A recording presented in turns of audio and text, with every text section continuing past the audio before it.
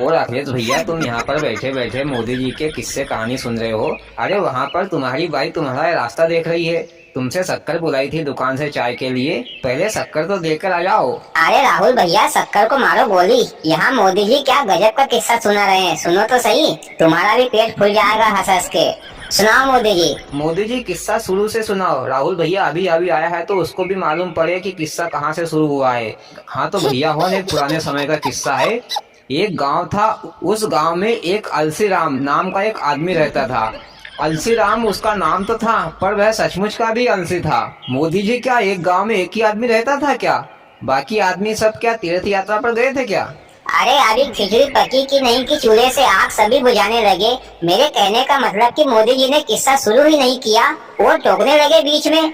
OBC जी, पहले किस्सा तो सुन लो, फिर बाद में पूछ लेना। शुरू करो मोदी जी। अलसी राम सचमुच का एक अलसी आदमी था। वो आदमी काम वाम कुछ नहीं करता था तो भूखा ज्यादा मरता था।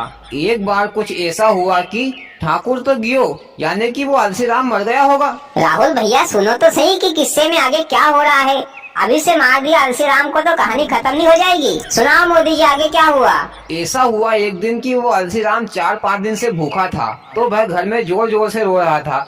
तो गांव वालों ने उसको जंगल में भगा दिया। तो वह जंगल में जाकर जोर जोर से रोने लगा। पर उसके रोने की आवाज सुनकर वहां पर भोलेनाथ आ गए। क्या बात करते हो मोदी जी, भगवान तो रात दिन साधु संत तपस्या करते हैं, उनको नहीं मिलते। और अलसी राम जोर जोर से रोने लगा तो उसको भगवान जी ने दर्शन दे दिए। योगी जी एक काम करो, तुम रोना चालू कर दो, तुमको भी भगवान मिल जाएंगे। क्यों बीच में गड़े मुर्दे उखाड़ रहे हो? किस्सा सुनो ध्यान से। सुनाओ मोदी जी। तो वहाँ पर भोलेनाथ आ गए और अलसी राम से पूछे कि भैया क्या हुआ, जंगल में यहाँ क्यों रो रहे हो जोर जोर से? तो अलसी राम ने कहा, क्या करूं भगवान, 4-5 दिन से भूखा हूँ तो भूख के कारण रो रहा हूँ। भोलेनाथ जी आप ही कुछ खाने को दे दो। तो भोलेनाथ ने उसे एक मटका दे दिया और भोलेनाथ वहाँ से चले गए। अलसी राम ने जैसे ही मटके में देखा, क्या मोदी जी अलसी राम को मटके में पानी मिला क्या? नहीं ओबीसी जी, मटके में पानी नहीं था, उसमें एक मोतीचूर का लड्डू था। तो अलसी राम ने भोलेनाथ भगवान से कहा मन ही मन में कि क्या भोलेनाथ भगवान जी आप ही महा कंजूस निकले, एक ही लड्डू दिया। अरे एक लड्डू में क्या होगा, एक लड्डू तो मेरे दांत में ही लग जाएगा, मेरा पेट कैसे भरेगा। ऐसा कहकर उसने मटके में हाथ डाला और वो मोतीचूर का लड्डू उठाकर खा लिया। फिर उसने सोचा कि लड्डू का कहीं छिलका मिलका रह गया होगा, एक आध दाना। तो उसने फिर मटके में देखा तो मटके में उसको फिर से एक लड्डू दिखा। तो उसने उसको उठाया और उसको भी खा लिया। इसके बाद उसने फिर देखा मटके में तो उसमें फिर एक लड्डू दिखा तो उसको भी खा लिया। ऐसा कर करके उसने पेट भर के लड्डू खा लिए और मटके को लेकर घर आ गया। ऐसा करते करते कुछ समय बीत गया, लगभग 8-15 दिन हो गए। वह बेचारा अलसी राम लड्डू खा खा कर किचवा गया। तो अलसी राम ने एक दिन सोचा कि क्यों नहीं मैं गांव वालों को भंडारा जिमा दूं। तो उसने पूरे गांव में भंडारे का निमंत्रण दे आया कि कल सब लोग मेरे घर आना और भंडारा खाना। तो गांव वालों ने सोचा कि अलसी राम खुद तो भूखा रहता है, अपने को क्या भंडारा खिलाएगा। पर गांव वालों ने सोचा कि चलो जाकर देखते तो हैं, अरे नहीं कहीं खाने को मिलेगा तो कम से कम उसकी हंसी मजाक ही उड़ाकर आ जाएंगे। तो सब गांव वाले अगले दिन उसके घर भंडारा खाने गए। तो अलसी राम ने भैया गांव का जो सबसे बड़ा पटेल था उसके खले में सबको जिमाने के लिए बुला लिया और सबको वहां पर लड्डू खिलाए। तो सभी गांव वाले खुश हो गए और अलसी राम की वाहवाही करते हुए घर चले गए। अब अलसी राम भी बेचारा लड्डू खा खा कर किचवा गया था कि कहाँ तक मीठा खाए, मटके में से लड्डू खत्म ही नहीं होते थे। तो फिर अलसी राम मटका लेकर जंगल में चला गया और वहां जाकर फिर से जोर जोर से रोने लगा। फिर उसके रोने की आवाज सुनकर भोलेनाथ वहां पर आ गए और बोले कि अब क्या चाहिए। तो अलसी राम ने कहा कि हे भगवान, मैं तो मीठा खा खा कर किचवा गया हूँ, तो कहीं चरखा बरखा खाने को दे दो।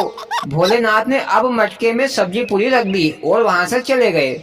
अलसी राम ने वहां पर सब्जी पूरी खूब पेट भर के खाई और मटके को लेकर अपने घर आ गया। और ऐसे ही कुछ दिनों तक अलसी राम ने खूब पेट भर कर सब्जी पूरी खाई। इसके बाद फिर वह सब्जी पूरी खा खा कर भी किचवा गया। तो वह फिर जंगल में गया और जोर जोर से रोने लगा। पर इस बार तो उसके साथ अद्भुत चमत्कार हुआ। मोदी जी, उसके बाप की ठेवनी गड़ी थी जो उसको खाने के लिए नई नई चीज मिल जाती थी। अद्भुत चमत्कार कुछ ऐसा हुआ कि भोलेनाथ उस अलसी राम के रोने की आवाज सुनकर वहां पर आ गए और बोले कि भैया अजीब मुसीबत मैंने मोल ले ली, अब क्या बात है। अरे तो ये मुसीबत मोल क्यों ले रहे थे, इस बार अलसी राम को मना कर देते। अलसी राम तो लालची हो गया था खाने का।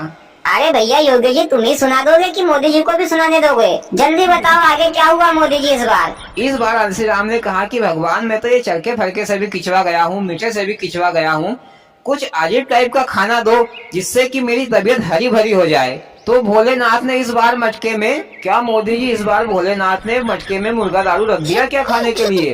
ओबीसी जी, तुमको बड़ी पड़ी है मुर्गा दारू खाने की। आगे बताओ मोदी जी, तुम तो मटके में इस बार क्या रखा? इस बार मटके में भोलेनाथ भगवान ने धक्का मुक्की रख दिया और वहाँ से चले गए। ये धक्का मुक्की क्या है? बहुत स्वादिष्ट लगता है क्या? नहीं राहुल भैया, धक्का मुक्की का मतलब होता है धक्का यानी कि धक्का देना, मुक्का यानी कि मुक्का मारना। अलसी राम ने जैसे ही भोलेनाथ वहाँ से चले गए, अलसी राम ने झट से मटके में हाथ डाला तो उसमें से धक्का मुक्की निकले। धक्का इधर से अलसी राम को धक्का देता, उधर से मुक्का अलसी राम को मुक्का देता। ऐसे कर करके धक्का मुक्की ने उसे मार मार कर उसकी हालत खराब कर दी। अलसी राम ने वहीं पर पड़े पड़े फिर विचार किया कि इस बार मैं गांव वालों को ये धक्का मुक्की जिमाता हूँ। अगले दिन अलसी राम ने पूरे गांव वालों को निमंत्रण दे आया कि इस बार मैं फिर से भंडारा करा रहा हूँ। तो गांव वालों ने सोचा कि भैया अगले बार तो अलसी राम ने लड्डू दिए थे भंडारे में, तो इस बार तो कुछ अच्छा ही माल देगा। तो भैया गांव वाले हों जो अपने अपने रिश्तेदार घर गए हुए थे, वो भी भैया झट से शाम को आ गए और साथ में अपने रिश्तेदारों को भी बुला लाए। भैया इस बार हमारे गांव में बहुत बड़ा भंडारा होने वाला है, तो भैया आप भी चलो।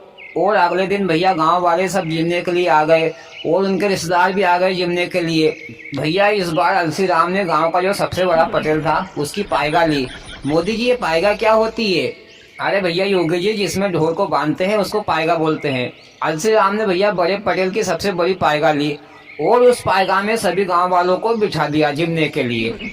और अलसी राम ने भैया अपने घर से मटका लाया और मटके को अंदर रख दिया और अलसी राम भैया धीरे से चुपके से बाहर आ गया और पायगा का दरवाजा बंद कर दिया। और भैया मटके में से धक्का मुक्की निकले तो पूरे गांव वालों को धक्का इधर से धक्का दे, मुक्का उधर से मुक्का मारे, फिर इधर से धक्का दे, उधर से फिर मुक्का मारे। ऐसे करते करते पूरे गांव वालों की हालत खराब कर दी। उधर से गांव वाले भैया उन चिल्लाए पायगा के अंदर से कि भैया अलसी राम दरवाजा खोल दे, हमको नहीं जिमना है। अरे भैया यहाँ तो बहुत मार पड़ रही है। अरे यहाँ पर तो धक्का धक्का जोर से धक्का दे रहा है और मुक्का बहुत जोर से मार रहा है। पर भैया अलसी राम ने दरवाजा नहीं खोला। इधर बाहर से ही अलसी राम ने कहा कि गांव वाले भैया हो, तुमको खाने में मजा तो आ रही है ना, तुम्हारी तबीयत तो हरी हो रही है ना। उधर भैया पायगा के अंदर गांव वाले खूब ढोल जैसे चिल्लाए, क्योंकि उधर भैया धक्का मुक्की अपना काम कर रहे थे। धक्का जोर से धक्का दे रहा था, मुक्का बहुत जोर से मुक्का मार रहा था। ऐसा करते करते भैया 1 घंटा हो गया। सब गांव वालों की हालत खराब कर दी, सब गांव वाले वहां पर आड़े हो गए। इसके बाद भैया अलसी राम ने दरवाजा खोला और भैया वहां से एक एक करके धीरे धीरे गांव वाले निकलने लगे। बेचारा कहीं का लंगड़ा चले तो कहीं का लूला चले। वो इधर से अलसी राम पूछ रहा था भैया खाने में मजा आया कि नहीं, तो भैया सब गांव वाले यही बोलते जा रहे थे, भैया अब तो हम कभी अपनी जिंदगी में भी भंडारा खाने नहीं आएंगे।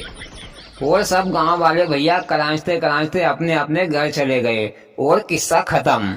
मोदी जी, किस्सा तो बहुत अजीब था पर मस्त लगा। भाइयों, आपको मोदी जी का किस्सा कैसा लगा कमेंट करके जरूर बताइए और इस वीडियो को लाइक और चैनल को सब्सक्राइब जरूर कीजिए। भोलेनाथ सबके साथ।